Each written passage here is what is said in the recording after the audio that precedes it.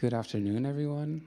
Hi, my name is Bruno. I'm the curator of the Jan van Eyck Academy, and I'd like to welcome you all, both here and online in several places around the world, to the third edition of the Academy series, which is a project that the Jan van Eyck Academy, where I'm speaking from, is developing in collaboration with the Rijksakademie, that you know, a post-academy in Amsterdam, also in the Netherlands, and in collaboration with the Saastamoinen Foundation and the Uniarts, Helsinki's Academy of Fine Arts, so both in Finland. So we're connecting to these very different places through the online magic. So first I want to check with Majika and everyone in Helsinki if everything is good over there and they can hear us and see us properly. Hi, Majika.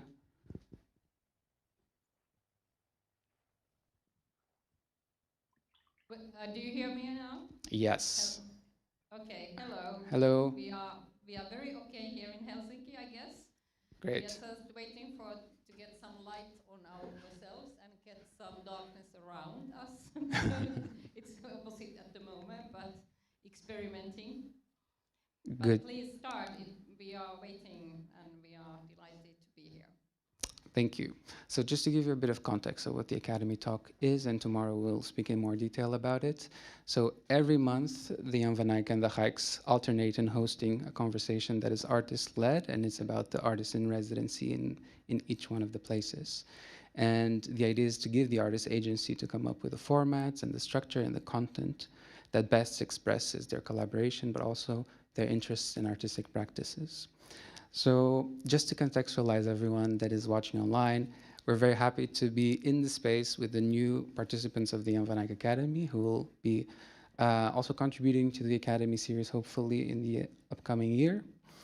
And for this edition, the third one of the series, titled Places of Return, I'm also very happy to connect to the previous Jan van Eyck participants of last year, Fazal Hizvi, Elisa Caldana, and Felix Calmenson.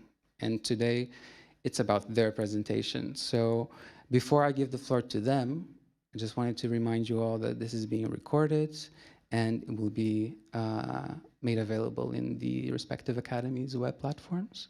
And for those watching online, in Zoom or YouTube or Vimeo, you can send your questions and comments through the chat. I'll keep an eye on it and then include them in our conversation afterwards. So please make sure you participate. So it's my pleasure to welcome Elisa, who is in Bologna, Italy, Fazal in Karachi, Pakistan, and Felix close by in Brussels, Belgium. So the floor is yours. Thank you very much.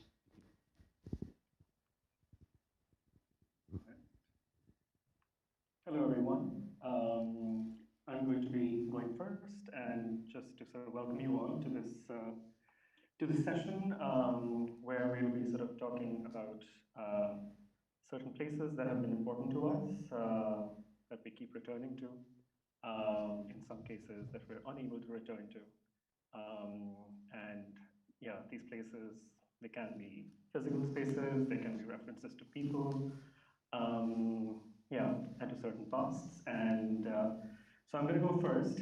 Just little bit of a heads up about my presentation. It's a text that I will be reading along with the presentation that I'll be sharing, and it's text which is sort of like stemming from different projects that I've worked on since 2013, so the last 7-8 years. And they might be disparate projects, but I've tried to write this text, which in some ways tries to sort of find some sort of a connection through them. It almost may sound like as if I was given an assignment to write a text and use the word return as much as possible, so I'm just warning you. So I'm going to begin. Can everyone see the screen? Yep. Yeah? Okay. All right, and this does not have a title as for now.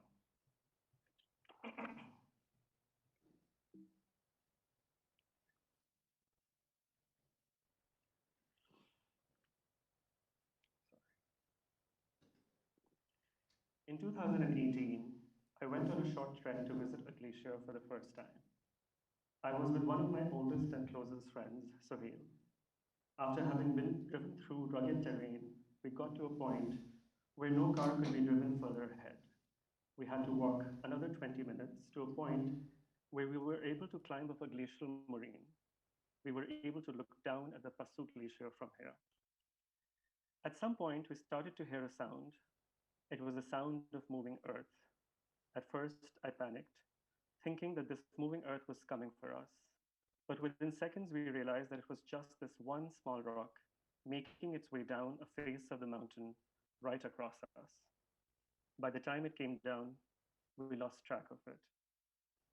I've been thinking for some time now, was that rock really falling?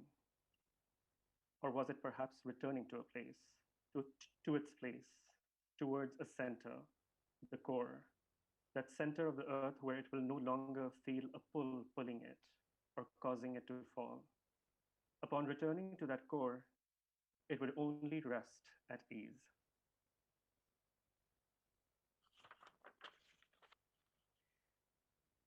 Imagine you have walked into a gallery space with a white cloth hanging in the center as a screen for projection. There's a video playing showing a sun setting by the sea. As the video progresses, a second sun appears on the horizon. Now there are two suns setting at the same time.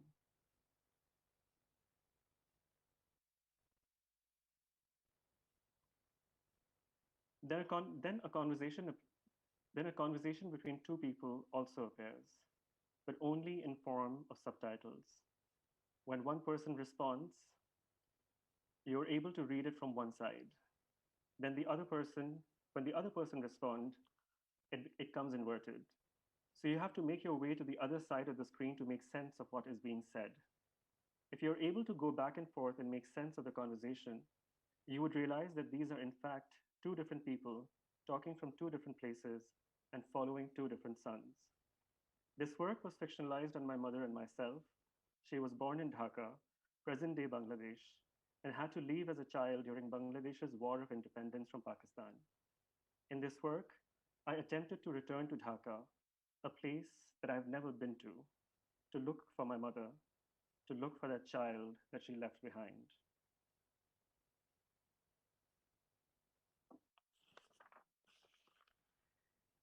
In the midst of thinking through her life and through her illness, where she had forgotten most things, a story surfaced.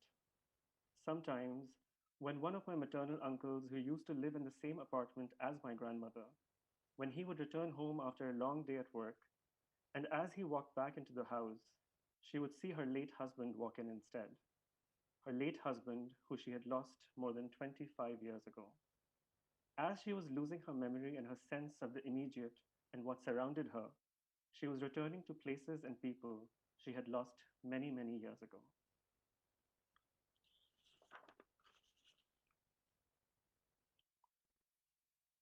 This room that you see marked here is hers. This room that you see marked here is merely an image of her room. This was me returning to my grandmother's room, who I only saw in a state of dementia until she died in 1997. This is the room that I last saw her in. We are all gathered in this room on her bed, possibly a few years after her death. This was still a place we could congregate in, be together in, a bed we would lie together in. It has been a while since all these people that you see here have returned to this room and to this bed collectively. What happens to these beds that we once lay in, to the rooms we once celebrated in? What happens when some people who you see in this frame leave? This space marked here in the gallery, is the very room that you just witnessed. This was marked and set up to be a room to sit, to read, to congregate and to meet, to commemorate, a room for majlis, a gathering, a room in order to archive, to remember, and to never forget. I wanted this room, this image of a room that is marked here to be a space like that transcended set forms, that became a place to mourn, but also remained a space to remember and laugh and reminisce. I wanted this to be a space where I find Jahara, the Jahara I never met, the Jahara who got married too soon, the Jahara who forgot herself too. This marked space was temporal. These walls were brought down with the show.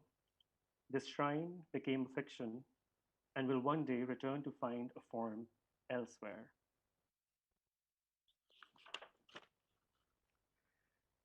Every year, Karbala finds a form too, on the streets of Karachi, on the streets of many places in South Asia and the region beyond.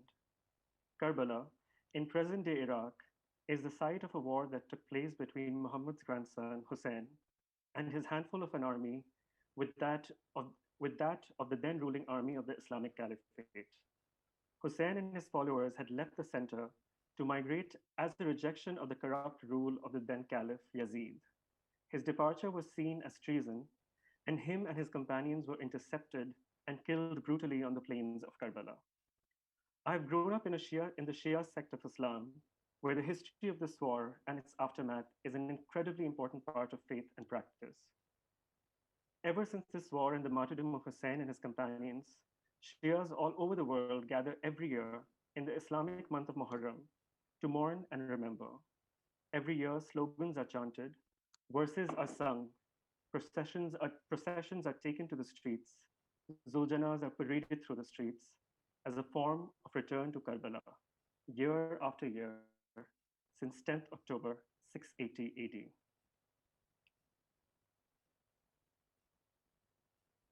I hear stories of these men every year, stories of men at the battle, stories of children at the battle, stories of women at the battle, memorized and memorialized through the act of remembering, the act of storytelling, the act of listening, and the act of collective mourning. It was Zainab, Hussein's sister, who decided to tell the story in Yazid's court, to narrate what happened, to hold the truth and be the mirror, to be the witness, to archive, to remember, to mourn, to return. Zainab's sermon laid down the foundations of this memory project that the Shias of the world return to every year in the month of Muharram.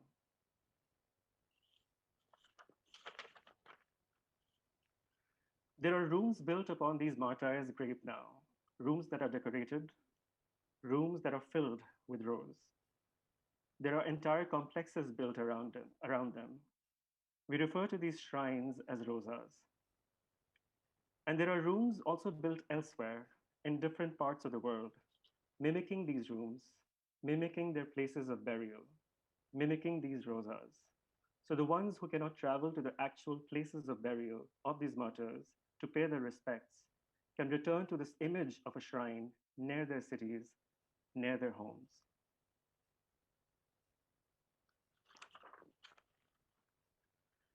Last year, I returned to that apartment again, where my grandmother used to live, where her room still rests. This time, not to return to that room, but instead to the kitchen in that apartment, and to my aunt, my mother's eldest sister, who died in 2008. I returned to her kitchen and to a recipe of a sherbet that she used to make by cooking down apple cider vinegar, mint, and sugar into a thick syrup. Once this syrup is ready, you mix a spoon or two in a chilled glass of water, and then you can enjoy the most refreshing drink that I know of to this day. At least this is how I remember it. As a starting point of this project, I tried to make this sherbet from memory. In the process of experimenting and playing around with this recipe, I realized as the concoction cooked away that the smell of evaporating vinegar that spread throughout the air in my studio instantly took me to her apartment. I returned to her kitchen. This is what her place used to smell like. The smell of evaporating vinegar was absorbed into the air, into the walls, into the curtains, and all fabrics in her house. And now it was in my studio too.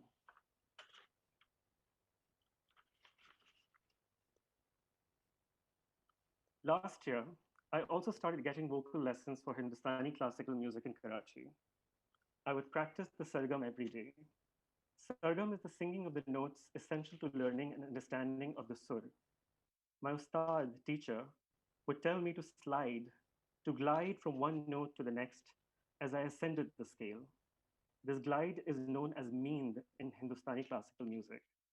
And he also told me to glide back smoothly, note after note, as I descended to where I began. I noticed that my glides as I went up in scale were not so smooth, but my glides back were but my glides back were effortlessly smooth, as if I had been doing this for a long time. I turned to my ustad and asked him why this was the case. Why would my voice sometimes break, sometimes crumble as I went up? And it would slide back beautifully as I returned. He only had a one-word reply: gravity.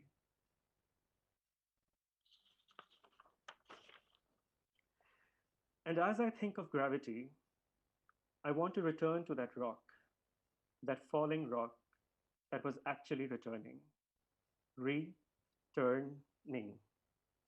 That rock that my friend Sohail and I witnessed and then lost. I returned to the site. I returned to that site 2 years later, rummaging through piles and beds of rocks, wondering if any of these may have been the one that we heard and saw. And I realized even though this rock's return was halted, was stopped, there is a rock that has been falling ever since. This rock has been falling within the deep valleys of my mind. I can hear it still turning, still returning, forever returning. I don't know if this rock will find a way, find a place where it can rest, with no further pull, with no further tug, where gravity loses its touch. Perhaps it will never find that spot, but it will keep falling and turning and returning in order to hold on, in order to not let go. It will keep returning in order to remember, to not forget, to archive, and it will keep returning, for that is the only thing it has ever known.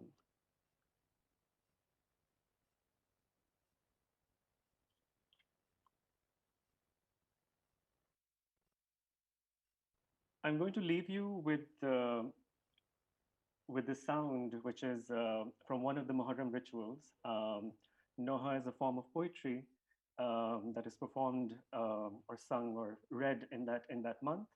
And this is Kajan Begum, who's performing this Noha, reading this Noha. And this is about Zainab, Hussein's sister. And it talks about after the war, when all the men were killed, and once she returns home with everyone else, what does she experience? This is in Urdu, so we'll just maybe listen to a minute or two of this.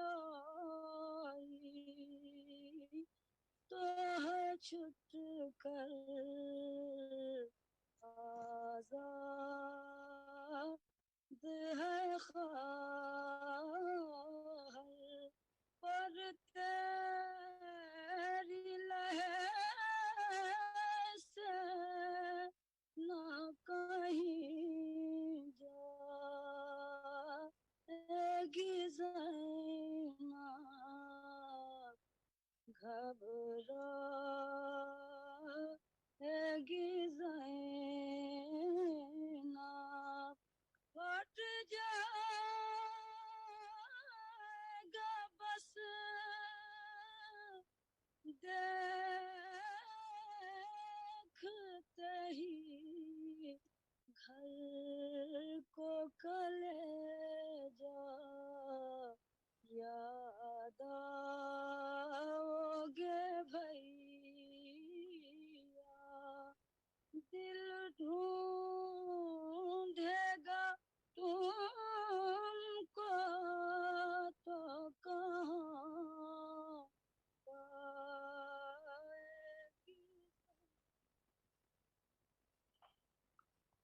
All right. That's it from my end. Thank you. We move on. Thank you, Fazal. Should I continue from you? Yes, please. Hi, everybody. My name is Elisa, and I'm currently in Bologna. I would like to share with you a very simple presentation to continue our discussion, common discussion and sharing about the theme of places of return. And actually, I will deactivate my video so we can focus on only the images that I will share.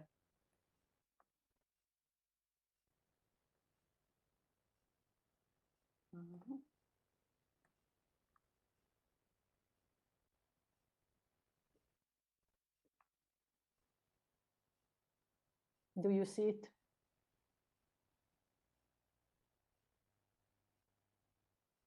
I think you see it now. Yes, we see it. Thank you.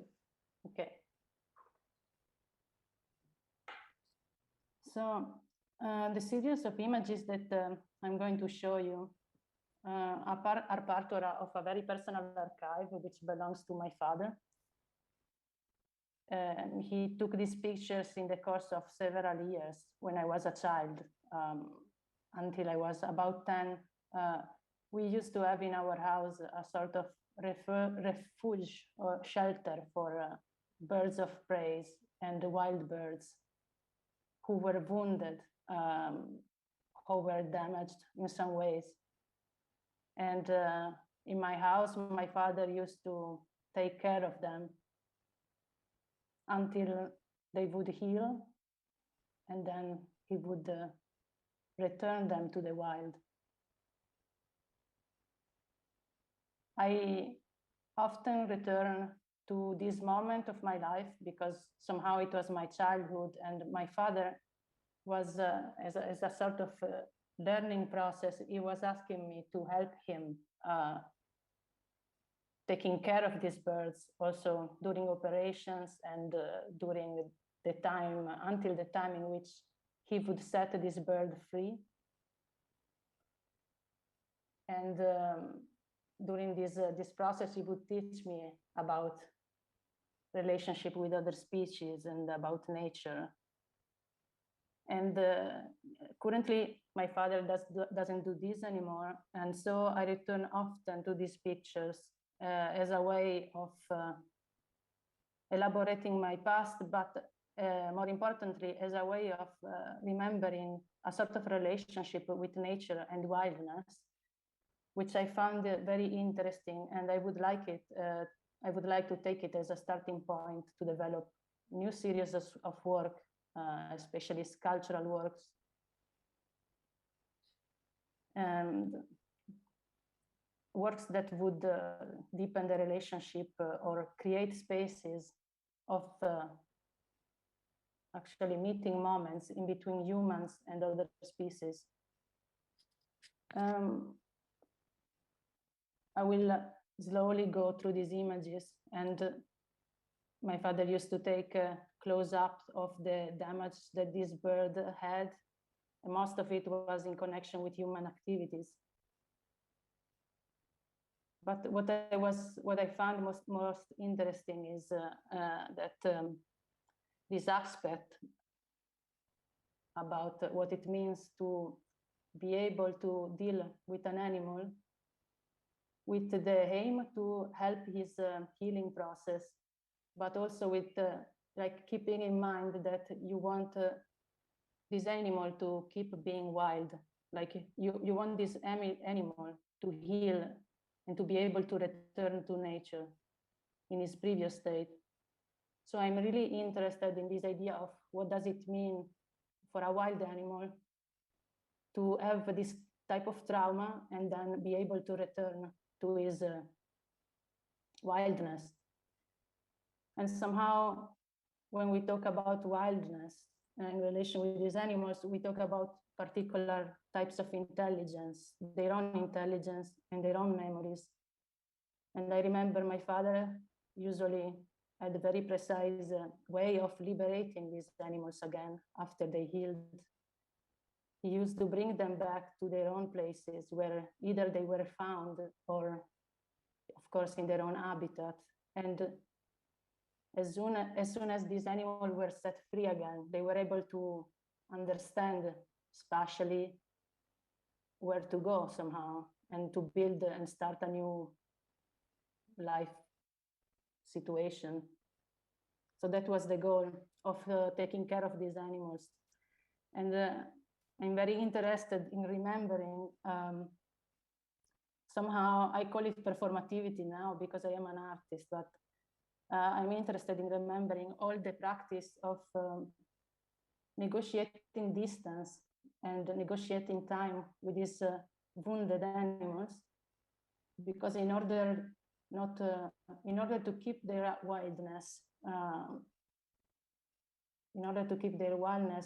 my father was only meeting them to feed them at a certain time. He was only touching them to take care of them, or in these rare cases to document them as a way of saving or learning about their injuries.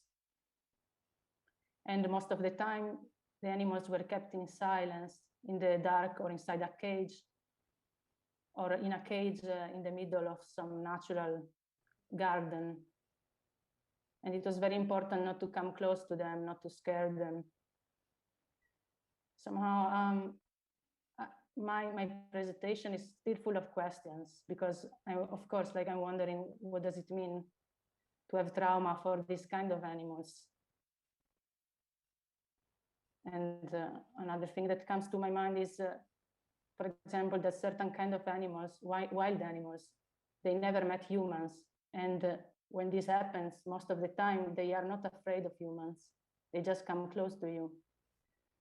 While these kind of animals which met humans and they spent some time so closely and in such a pain, they fear humans. For most of the time. No, I'm not only talking, I'm talking particularly of these kind of birds, but also of the species. They don't come close to humans because they have some kind of trauma in relation to how humans behaved.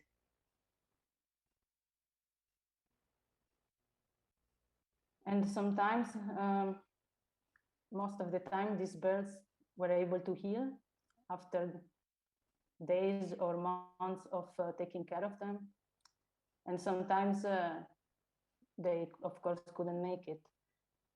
And in the space in between, there were birds that were so injured that they were not able to go back to the wild. Sometimes they would lose a wing or a leg, and they were not able to be independent in the wild. So my father had the idea, probably also inspired by some other Dutch bird lovers, actually. He had the idea of building in the Dolomite a sort of refuge with huge cages where these birds that could not go back to the wild, they would stay there until the end of their life to become a sort of living monument. And people would visit these places to understand the impact of humans on these wild species. I found it very fascinating, like how to develop a practice of coming closer to these animals without disturbing them. And in this sensitivity, a sort of practice of caring.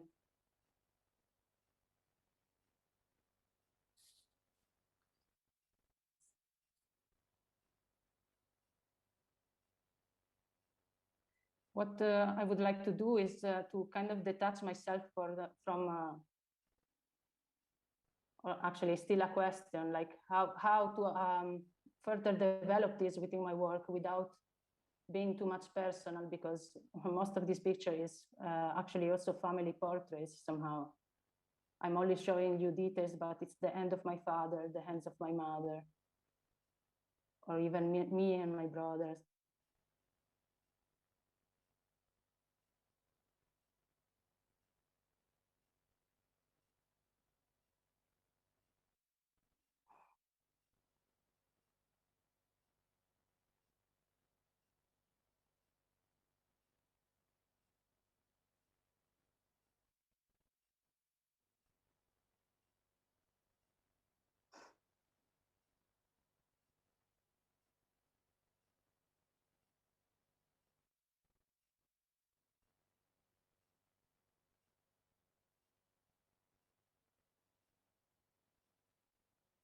Now I would like to ask you 5 more seconds of silence and to ask you to imagine the calling of a bird, of a wild bird.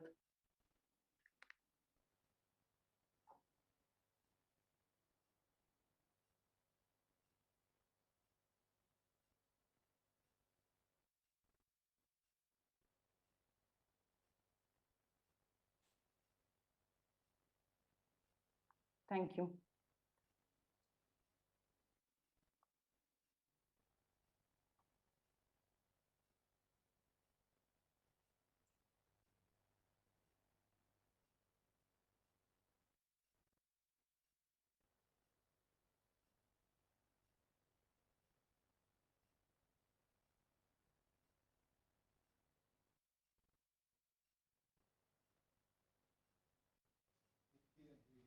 Say again?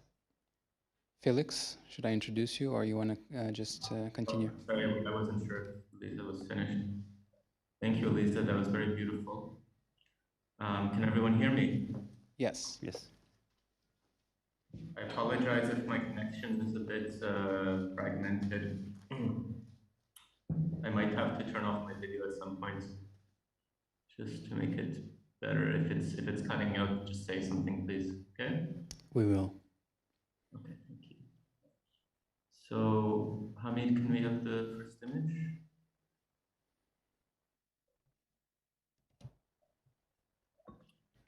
Hello, everyone. My name is Felix Clemenson. The talk, to begin with, I'm gonna just show you this image. It's kind of a lot of what I'm going to be talking about revolves around this document and what it represents. This is a Soviet exit visa. So when my family and I left the Soviet Union in 1989, we became stateless, and this document was issued to us as a declaration of us having left, with no prospect of ever returning.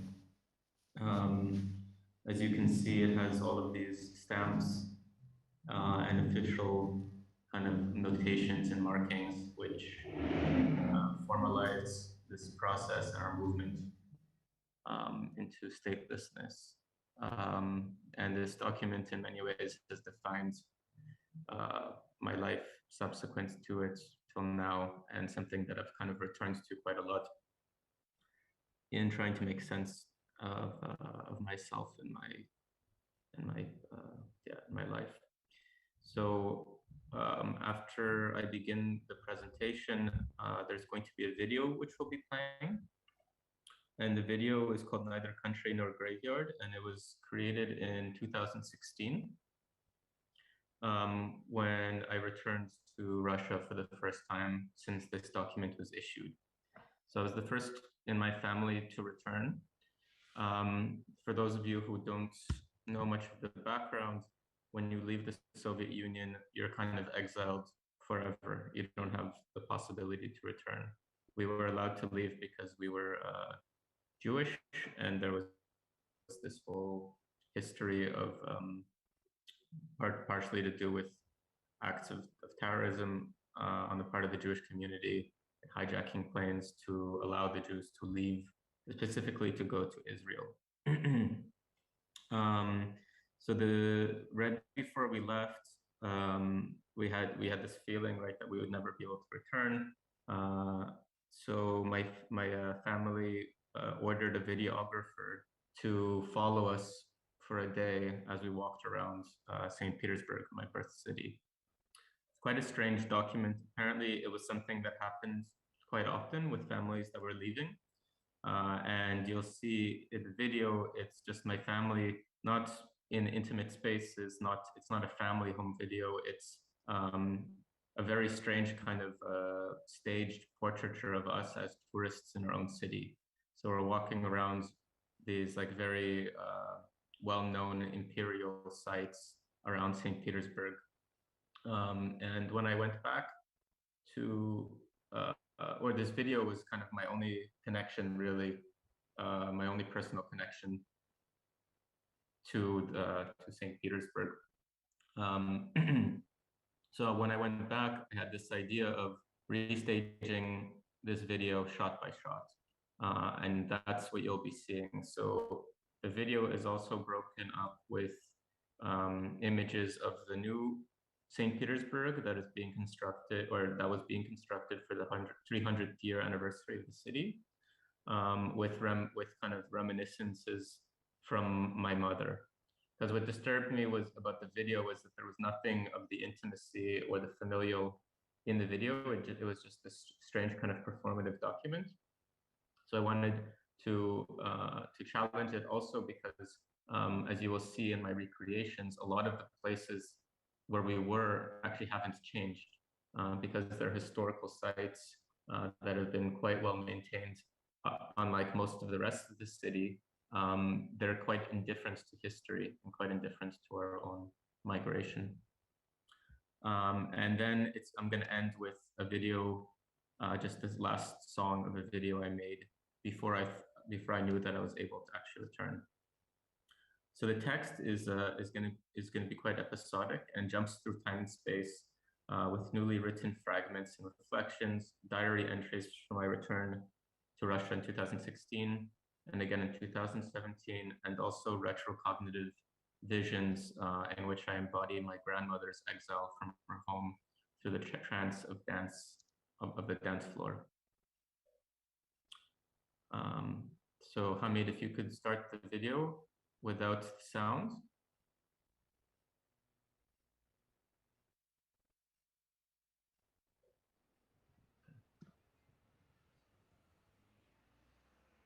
I hear the sound, yeah, okay, great. I'm appearing to you now from my room in Brussels. After a period of about 7 years, moving from place to place, staying rarely longer than 3 months, I've decided to finally unpack all of my bags, to once again amass books, and among other things, an excessive amount of jackets.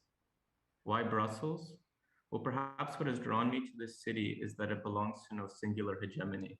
It is a place that is fundamentally contested, atrophied by irreconcilable politics, and as such begins to crack, to leak. In these fissures, the multiplicities arrive, thrive, struggle, and appear. I've always found myself uncomfortable in a place with a dominant cultural order.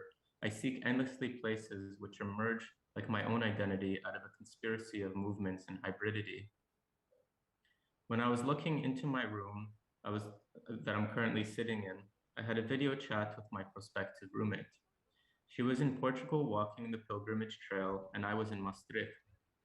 I told her I wish I was there, so she said she would experience the day for me, and later wrote me a detailed experience of my day with her as my proxy. Later, she challenged me to do the same, to experience leaving as a proxy. I wrote, "It's shedding that does the deepest work of making me known in this place.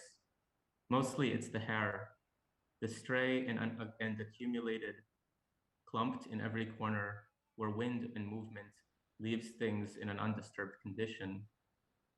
Leaving is disturbing this and other surfaces, finally wiping coffee rings that petrified one hurried morning and became part of the natural texture of things. It's the mold too, the one that presided over the lower shelf and the crisper in the fridge. It also has to go, has to make room for the newcomer's mold, spores meticulously maintained by forgetting. But maybe this isn't the experience of leaving, but it is among its chief rituals. The others I can only describe in cascading succession, from the exit visa and the asylum office in Budapest to the desiccated testimonies of my flesh scattered in the four corners. I am like the myth of the bird of paradise, condemned to a graceful entombment in the sky, forbidden the release of contacting land, or else made to dwell in fugitive rendezvous. Leaving is a luxury that wears from use. And later, at the bridge over the Maas, I remember the ritual for the Jewish New Year of throwing breadcrumbs from your pockets into the moving water. My coat, freshly washed, offers only lint, which I sprinkle over the banister. It takes flight in the wind as if resisting, or at least to delay in a languid melancholy, even this invented ritual of absolution. Jupiter. I pass the bridge again for the final time. Along the banister, hundreds of gulls stand at regular intervals, immobile in this final monument to departure.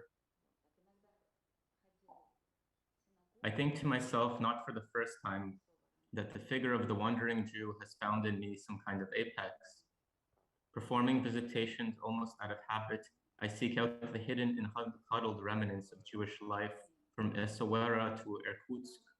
I find mostly empty shells, often renovated, guarded. I pass through the arches of metal detectors performing the most holy of modern Jewish rituals, the emptying of pockets of all metal objects. I meet suspicious glances with a shalom, and with the question they were withholding answered, they take me in matter-of-factly, knowing my kind. The Jewish tourists, forever wandering, seeking in the evacuated districts and diminished populations some kind of answer to an unasked and unaskable question. Most of all, I search for a familiar face. What I'm doing when it comes down to it is looking for a mirror, an encounter that will play out like, you look just like my Zaidi or my Bubby or so-and-so. And then with those words, I would finally lay my bindle down and fall into a chair and sleep for an eternity because I found home. But I always leave feeling alienated, wondering why I continue this ritual when I already know my real home is the dance floor in the sea. Leaving text, exit visa, a document that describes leaving, an exilic palimpsest, a retrocognitive vision. Gomel is in haste. The lines have collapsed, so we are moving east. Father is in charge of the trains, so we are moving east. The house, quick, don't forget. A red thread emerges from its collapsing wooden frame and winds its way around my ankle. The station, but father isn't coming. Another thread, serpentine along the alabaster of an ankle too sick and underfed to be called human. The train, heaving iron mass. There is little living in the living. Mother stops, a red finger of fiber. Alone in Chelyabinsk on the far side of the Urals, step, haystack grown, now and forever I am bald and stumbling, bound to this earth by threads. One loosens, father, another, home, another, mother. I am a pair of broken shoes. 16th of June, 2016. I have returned home. The sky is white and yellow at midnight. When we got out on the tarmac, there was a black sky with a blue and white swelling vortex in the middle. Lightning was crashing down, and I thought surely that mouth would swallow us, and I scanned the other passengers to see what company I would have in death. Everyone looked worried, and I could not help thinking about how they clapped when they landed in Moscow.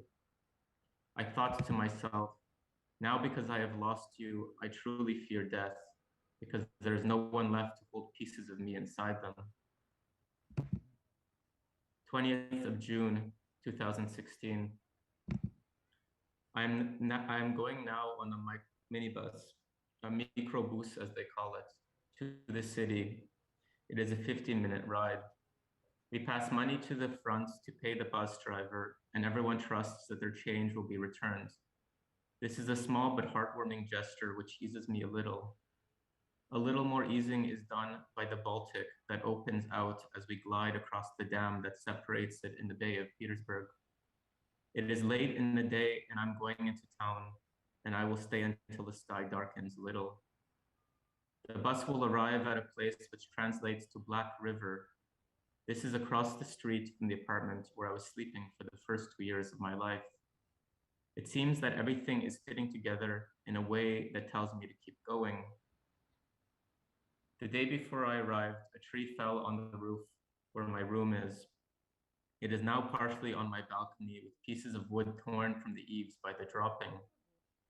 I would never say that these are prophetic symbols, but there are, you have to admit, beautiful symmetries when it comes to seeing oneself in the world. I'm crying on this bus, so I'll end here. The day is done. It is 10:53 and I'm on the microbus. It is packed and moist from the rain and the windows are thick and heavy with condensation. We are contained by wetness and it is almost dark outside with the clouds how they are. Today was, how can I put it into words sufficient? What the hell does it even mean that I come from here, that I was born here? I think it was the feeling that I had in Riga. When looking at a particular bridge at twilight, I felt an unexpected affinity for that landscape. Something I totally did not understand until coming to a bridge just like it here under the same climatic conditions. I came to realize that this place was heavy in my mother's, my father's, and both my grandparents' hearts. They all carried this place to me in skin, an amber slit metastasizing into a premonition, an emission, a present, then and now, through until the end of cities and the people who hold them for others. We are the leavers. There are those who stayed to rebuild.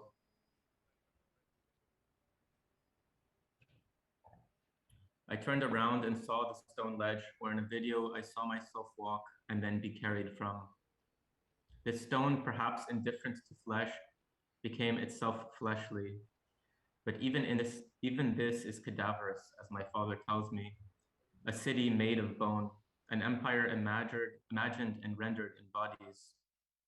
Felix will be here pantomiming with birches, a phrase from my phone suggests. Knowing now that all the poems that I've written to you are now inscribed within the predictive text, I can now not only carry my words to you from a point of distance, but simultaneously from a historical closeness. I could also refuse these words and new ones, brought down and forward by your honesty and the running towards. But there again, echoes.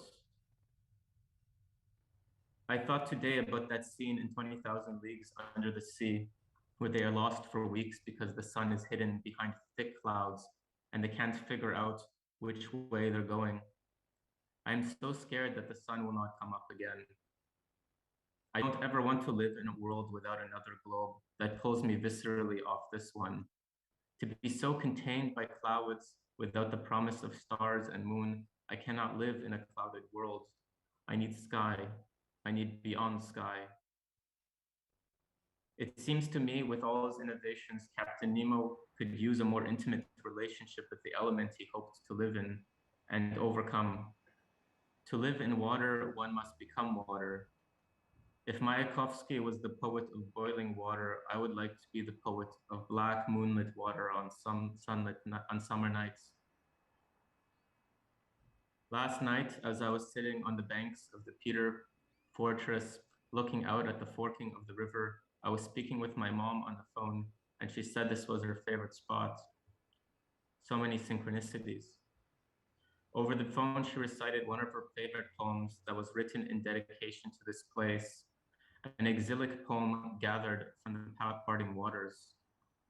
The poet Joseph Brodsky was in his time jailed for parasitism, which means that he didn't have a steady job and moved from occupation to occupation. She says I would surely have been in jail in Soviet times. I doubtless would be in these times too if I stayed long enough.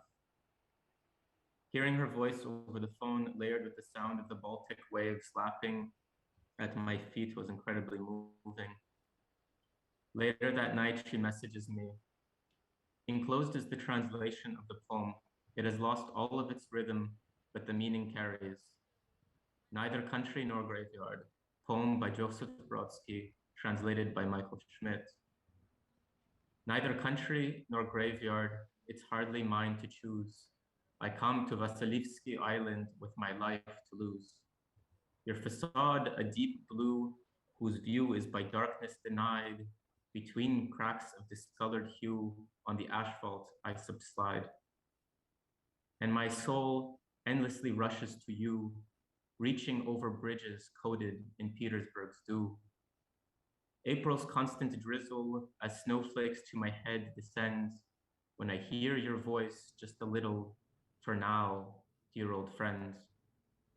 I envision two lives far away from these creeks, toward my indifferent fatherland, turning their cheeks, as if they were sisters of short-lived years, outran on the island, waving goodbye through tears.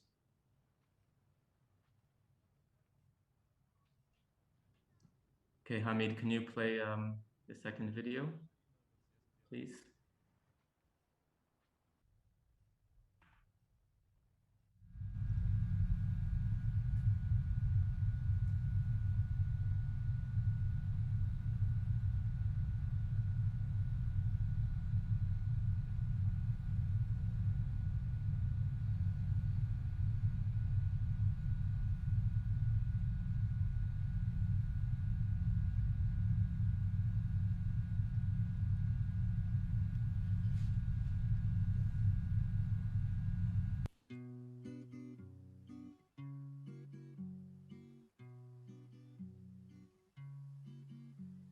По улице моей, который год, звучат шаги, мои друзья уходят.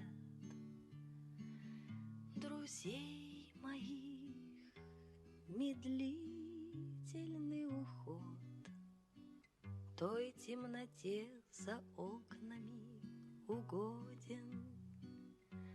О, одиночество, как твой характер крут, посверкивая циркулем железным, как холодно ты замыкаешь круг, не внемля уверением бесполезным. Дай стать на цыпочки в твоем лесу, на том конце замедленного жеста. Найти листву и поднести к лицу, и ощутить сиротство, как блаженство. Даруй мне тишь твоих библиотек, твоих концертов строгие мотивы, и мудрая я позабуду тех, кто умерли или доселе живы. И я познаю мудрость и печаль, свой тайный смысл доверят мне предметы. Природа, прислонясь к моим плечам, объявит свои детские секреты. И вот тогда из слез, из темноты, из бедного невежества былого, друзей моих прекрасные черты появятся и растворятся снова. Друзей моих прекрасные черты появятся и растворятся снова.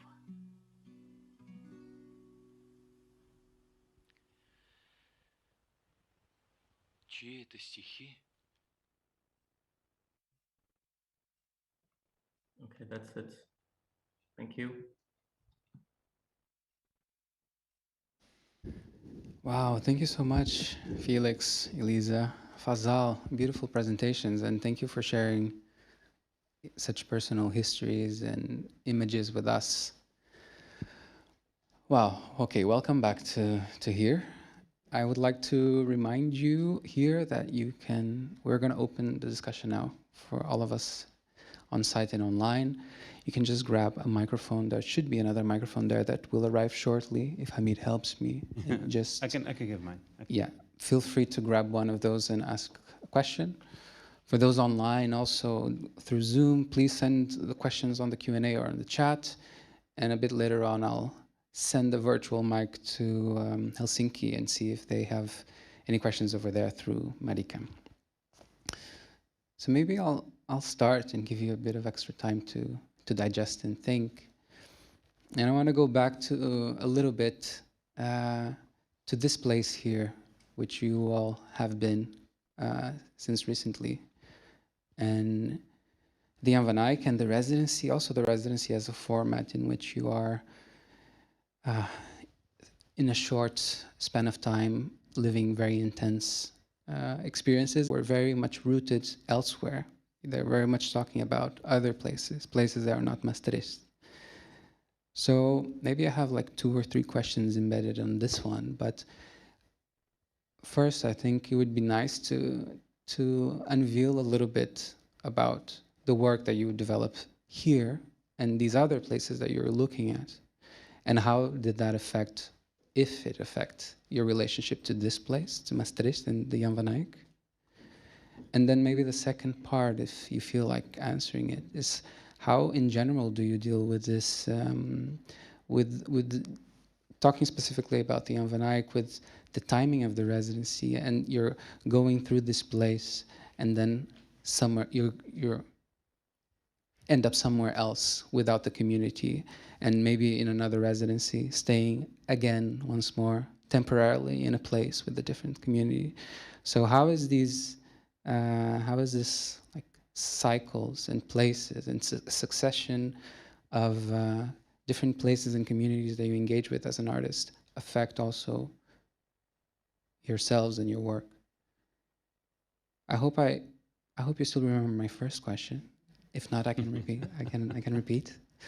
And I'm not gonna choose the first one to speak. So you decide. You can all start speaking simultaneously too, if you wish.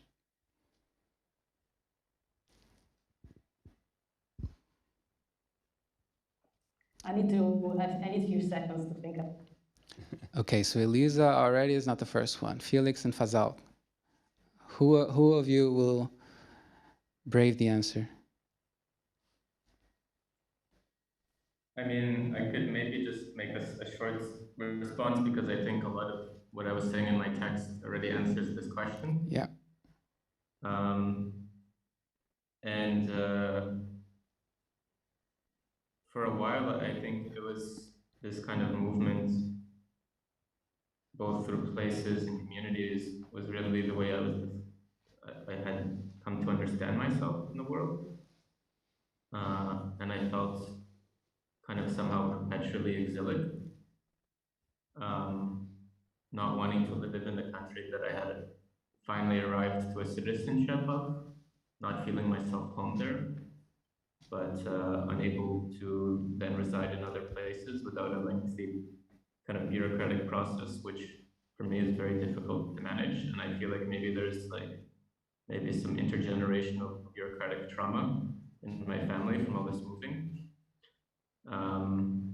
I know everyone has a hard time with bureaucracy though. So this is partially, I guess, at some point I started getting quite exhausted, and I feel like it starts cumulatively gets harder and harder to build everything again every 3 months. So that's partially why I'm trying to be a bit more still now,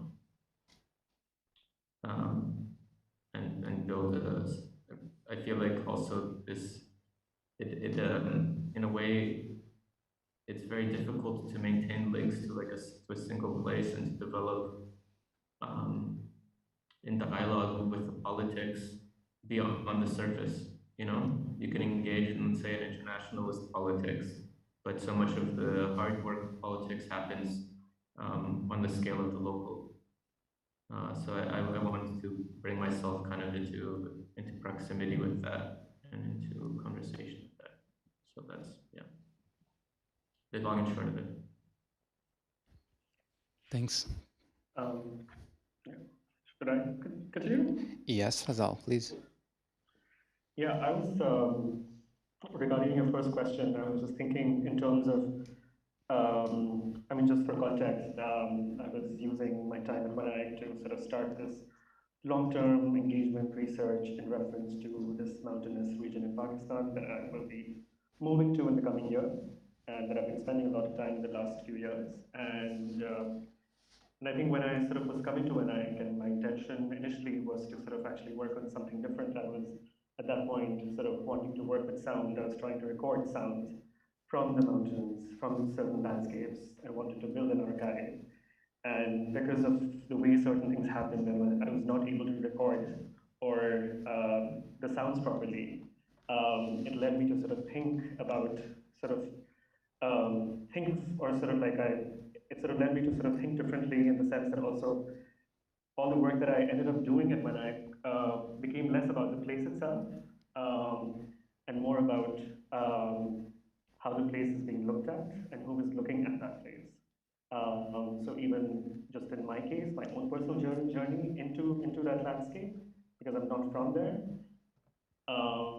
but sort of acknowledging my own position and sort of working and thinking about that, and then also sort of thinking about sort of historically sort of like journeys and gaze, colonial gazes that have been on that landscape.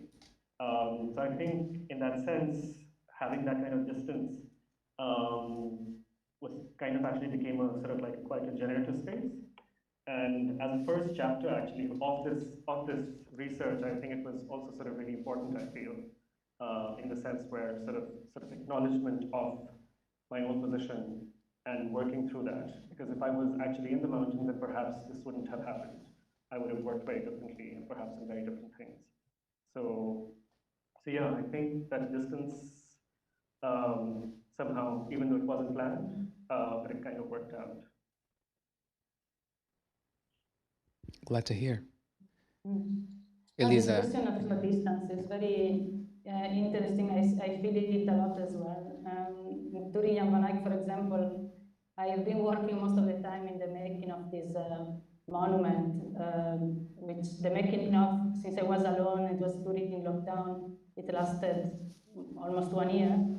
And the monument was made to celebrate a sort of fictional addresses that in Italy are invented to give an address to homeless people, so that they can access health assistance and vote. And so I was working in Maastricht in this monument that is supposed to be installed in Italy, actually close to my hometown. And yeah, it was a process that is also the way I work. Like, I usually engage in long-term projects. So, and I move and change place quicker than how I am able to finish something. So this distance that is created from the place where there is the project itself. Thank you, thank you, thank you. Well, I've bought you a little bit of time, so if you have any questions, feel free to just grab the mic. If you have questions to each other, Fazal, Felix, and Elisa, also feel free to take ownership and just do it. I can ask a quick Hisham has a question. intervention question. Hey, Fazal. Hi, Elisa. Hey, Felix. So good to see you. And Felix, happy to have you quite near around us. Brussels, Maastricht is not far away. I have a quick question to Felix, and I might add another question there to the group. Felix, I saw on the exit visa the date July 1989. So this is before or after the fall of the wall? Yeah, that was the whole thing, is that we left 2 years before the fall. So at the time, despite contemporary historiographies, no one had any idea what was going to happen. So if we were just patient another 2 years, but you could see in the video that was playing the night at Continual Graveyard, my mom talking about how this question of leaving kept coming up since the 70s, because the border would open up. It opened up maybe 5 times or so. Usually the border was closed, and then it would open up for these short intervals as a diplomatic stunt. It was like their way of appeasing the West, to be like, look, we're letting the Jews go. You know, we're very liberal. And that was their way of like getting some sort of political concessions or it's like a gesture for specifically for America, because there was a lot of pressure from the administration. Yeah. So yeah. Super interesting. Yeah, thank you. And maybe an additional question to the group, or to all of you maybe, because all of you travel, all of you are everywhere.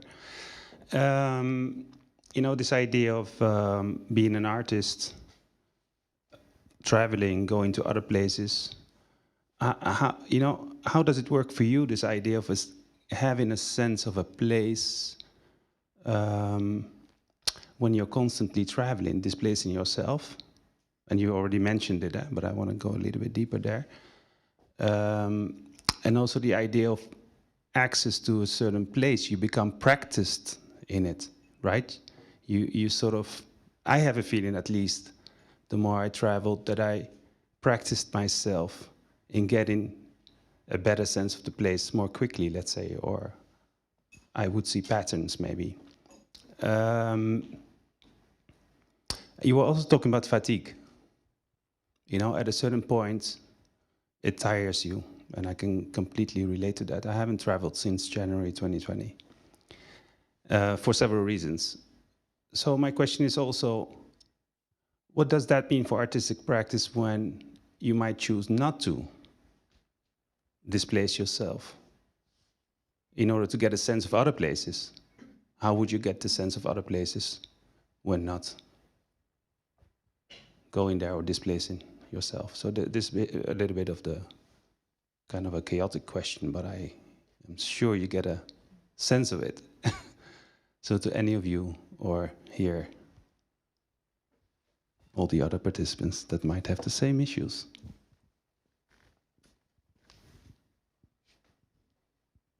Or Bruno. I'll go last. I'll go last this time, Elisa, okay? And I can go first, maybe. Somehow, your question, Isham, is a question that fascinates me since a long time. And somehow, it's funny to quote him, but there is this text by Deleuze called Nomadic Thinking. And it's a very short text in which he talks about moving. And it's, of course, a paradox, but it's very, yeah, it's basically also your question, like how to travel.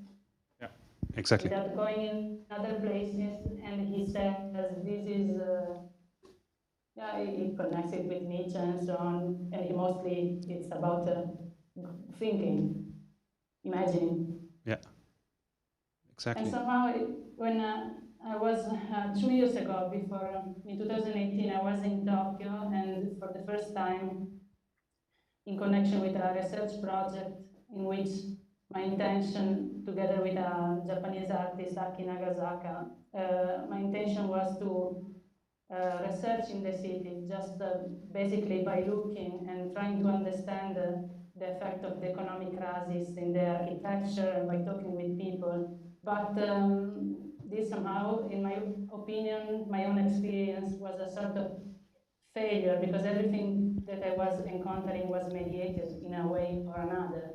So my traveling there in person maybe was not necessary, because I was not able to assess or have access to things anyway. So this made me, exactly. Yeah, makes me think about it. Yeah.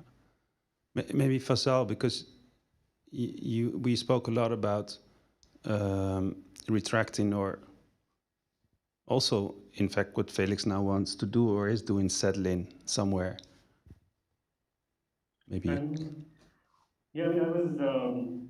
it was kind of funny because as I was writing this text that I shared today, I actually sort of thought about the very first artist statement that I wrote about 10 years, over 10 years ago, once I graduated from art school, and which I kind of, at some point, then kind of left behind.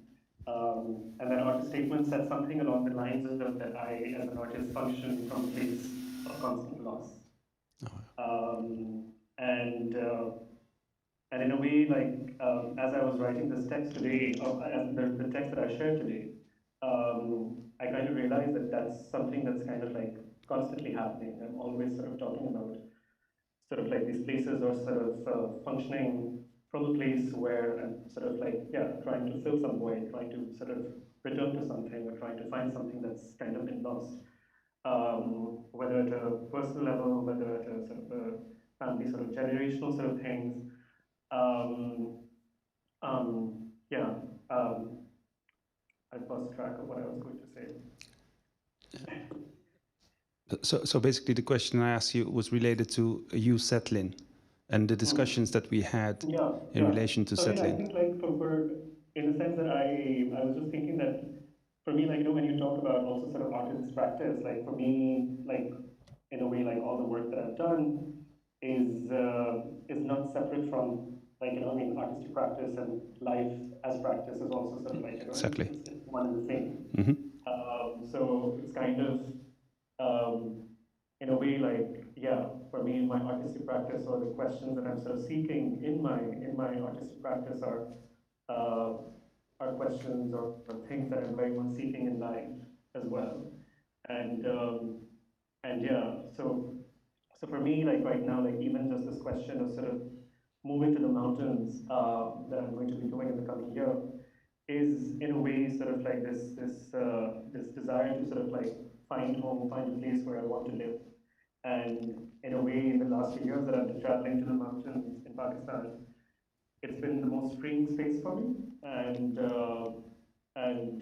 yeah, so that's just the place that I'm seeking to sort of settle in and sort of live in. And that's a place where I see sort of myself sort of, yeah, making a home in. Yeah. And practicing it. Yeah. Nice, thank you. Felix, you have anything to add? Yeah, I mean, I kind of I see a lot of parallels with the way that Rizal also speaks about this coming from a place of loss. It feels like, at least for, I would say maybe less the past 2 years, but for definitely a good long while, as I was moving, as I was saying kind of in my text, I'm constantly trying to find, or like, it almost feels like engaging in some sort of a ontology, or like an examination of a ontology, like coming to places that I know are kind of these post-genocidal, post-traumatic landscapes, where the memory has been ripped from the earth, the people have been ripped from the earth, and there's no one, or in many cases very few people left to even undertake this process of memorializing, right? So the memorializing is always done in exile, through kind of a mediated, oftentimes politicized experience. So this was something also for me that I had to really unpack in my own experience, and I see like a lot of resonance with the Shia rituals that was always talking about, and the ways that the Holocaust, for example, is instrumentalized for a political agenda that is like a land-based territorialist project, right? It's a political project, instead of a project of memory. So yeah, so I do find a lot of resonances with that. But I think, you know, what Elisa was saying is like to travel thinking that you're going to somehow understand a place. Maybe at least for me, that was a kind of naive understanding I had at the beginning, but very quickly I understood that all I could understand is, yes, these mediations, the things that were present to me through my own limited access, for my lack of language, my lack of understanding of, let's say, cultural customs and practices. So I realized that really through travel, the only thing I can truly access is a greater understanding of myself and the kinds of people I could become, right? There's no one, because I really understand my identity, and I think everyone's identity is dialogical. And being in a space where no one is projecting, people are going to project, obviously based on your appearance, a certain kind of intention or understanding of you, but it frees you to experiment with actually who you are. So I do think that in this case, uprooting is quite important in really kind of getting to the heart of your own self, right? And I like to do that still once in a while, to be anonymous and what it offers you, this anonymity, a place to challenge all these constructs of yourself that you have made around you, the stories that you tell about yourself over and over again, to be who you are, right?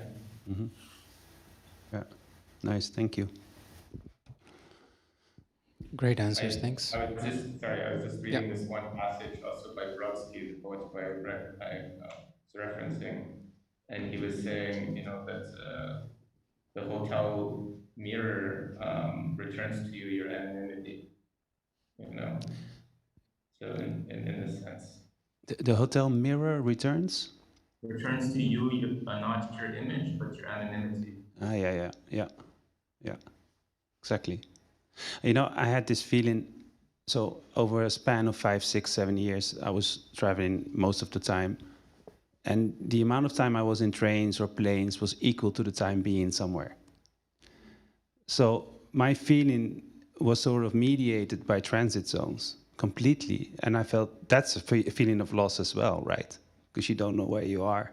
You feel sort of a weightlessness with that, which now is completely different, being in one place. So, yeah, interesting. Marika. Thank you. Well, now I want to check with Marika and Oliver and everyone else in the Academy of Fine Arts in Helsinki to see if they have any burning questions. Hi, do you hear us? Yes. Yes, very well. Good. Oh, we are overwhelmed. Thank you so much, Felix, Elisa, and Pascal. I think we heard so beautifully told histories, descriptions of places, somehow memories, but very family related and politically kind of touching also us here in Finland. Especially Felix, your kind of experience and the way you tell everything, it's amazingly opening our eyes, because me myself that time I was kind of youngster age, living here in Finland and only experiencing Cold War. I didn't know any kind of stories like that. And maybe we have heard and seen stories like that from other countries, but I have to say that this is something which really felt that St. Petersburg, it's not like, I don't know how many hours it takes by train. 2, yes. Yeah, 2 hours, yeah. Yes. Yeah. So we are so close, and this kind of time journey or trip we could do with you, it was amazing. And then one thing what I thought about this Pakistani, I don't know if it was grandmother morning poem, I found the connection to this Finnish tradition of this kind of crying old ladies, how we would call them in English, but we have had this tradition that we have in each village older female persons who come and cry if there is something happening in a family and they are needed for mourning like that. And I think it was kind of very similar experience to listen to that.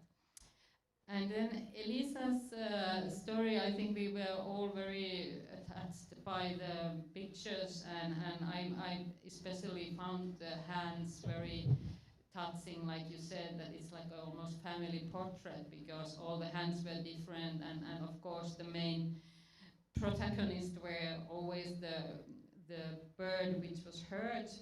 And I guess we have at least one question about this here, so I'm gonna pass the microphone over here.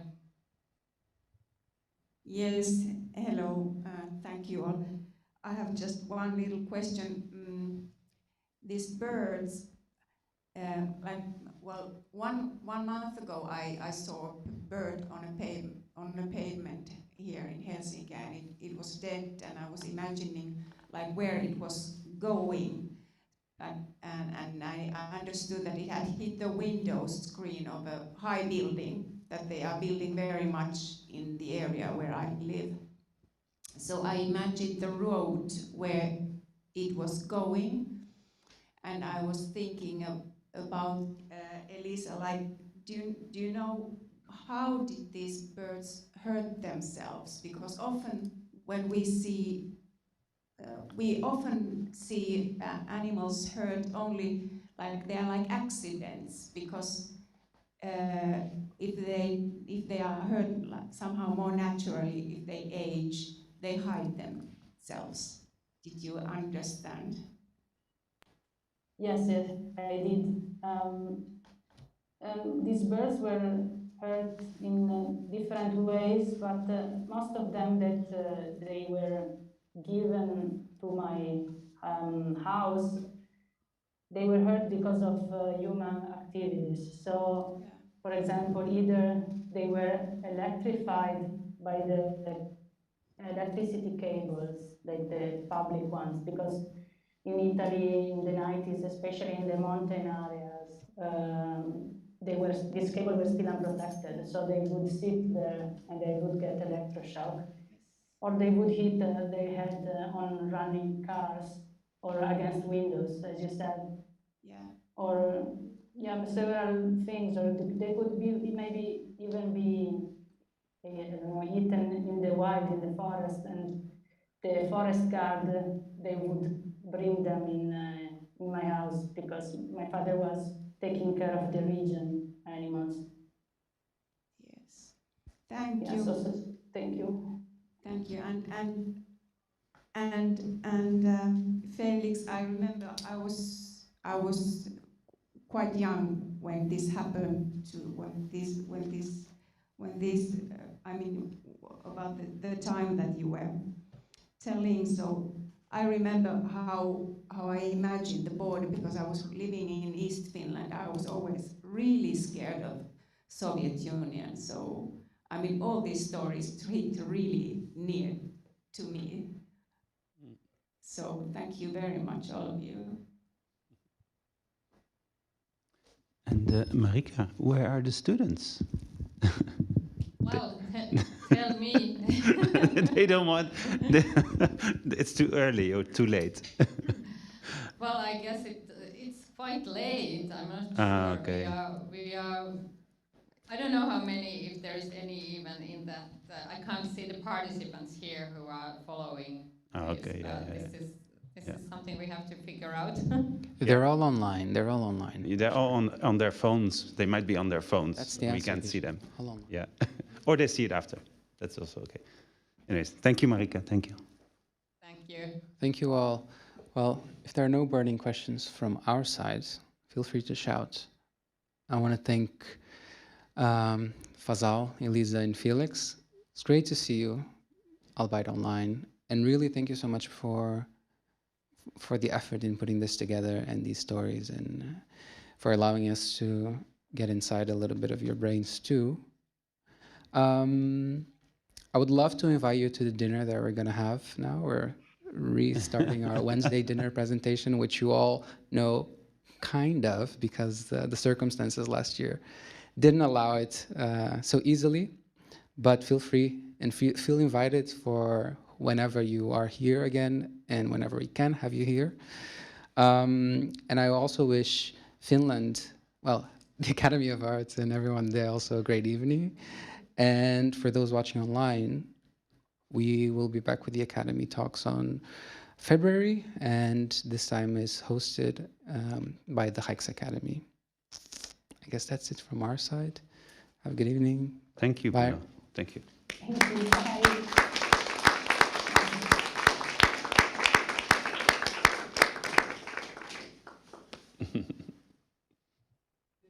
Yeah.